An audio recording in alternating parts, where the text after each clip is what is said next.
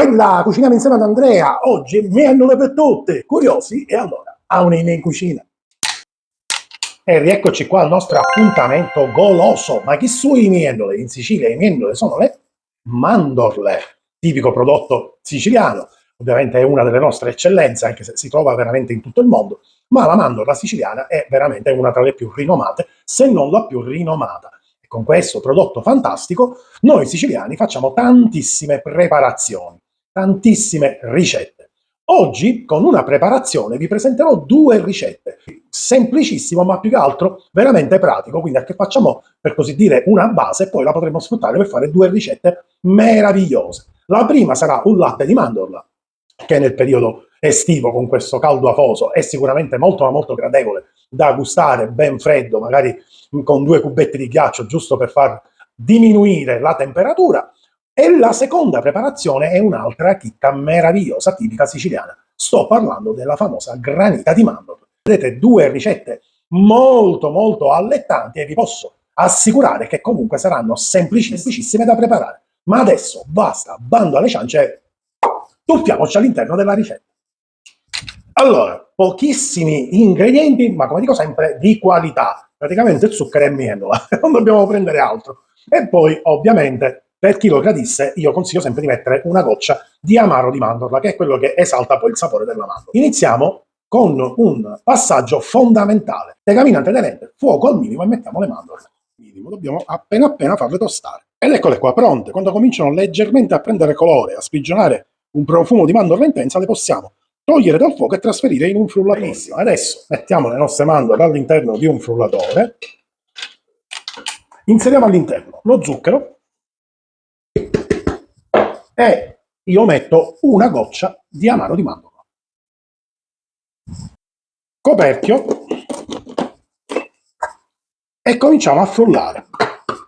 Velocità media.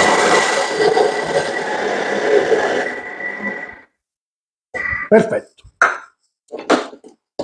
Noi adesso abbiamo ottenuto una polvere di mandorla, ovviamente dolce perché c'è lo zucchero. Vedete, la consistenza è questa. Come se fosse una farina di mandorle, né più e né meno. Adesso vado ad inserire l'acqua. E continua a frullare a bassa velocità, perché ormai non devo più frantumare, ma devo ottenere un impasto.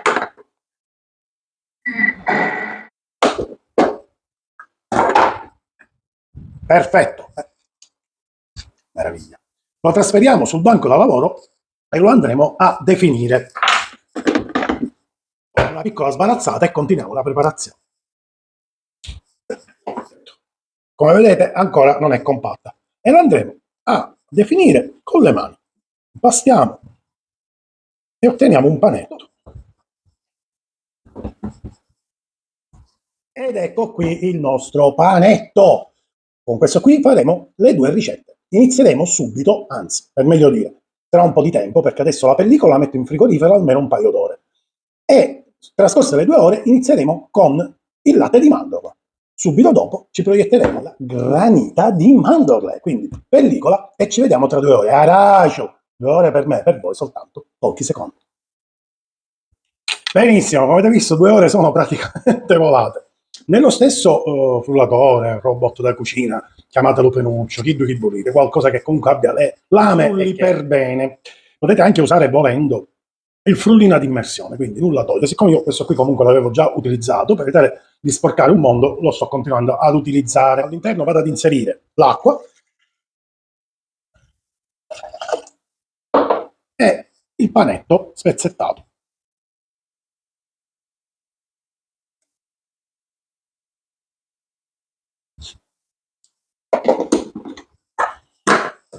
E frulliamo.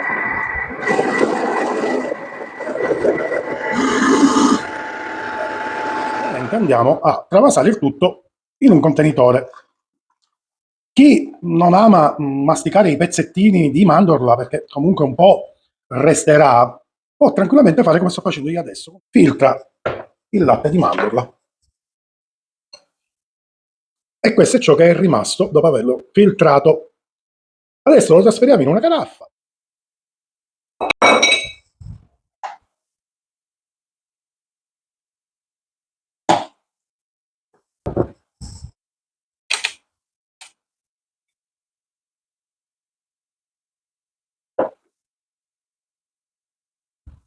Bella madre! Perfetto, fatto il latte di mandorla, adesso dobbiamo fare la granita. Niente di più semplice. Prendiamo il panetto di poc'anzi, lo andiamo a spezzettare all'interno sempre di un frullatore o di un robot da cucina, inseriamo l'acqua,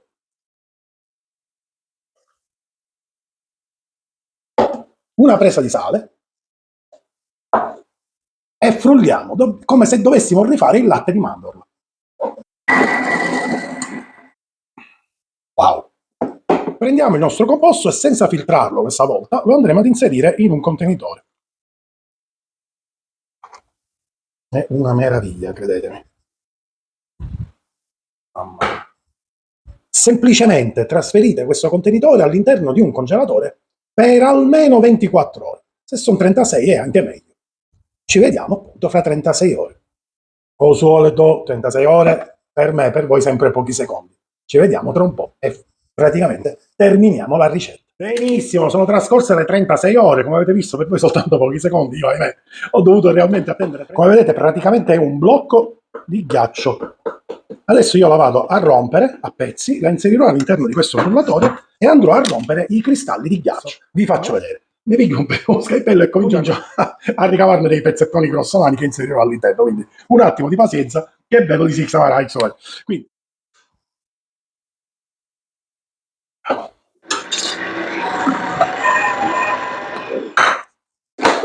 wow, fantastica. Altro contenitore, possibilmente di quelli poi ermetici, e andiamo a trasferirla all'interno.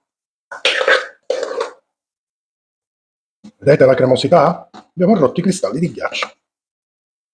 Nel congelatore un'oretta e mezza la facciamo un attimino riprendere di temperatura, quindi la facciamo consolidare un pochino e la potremo servire.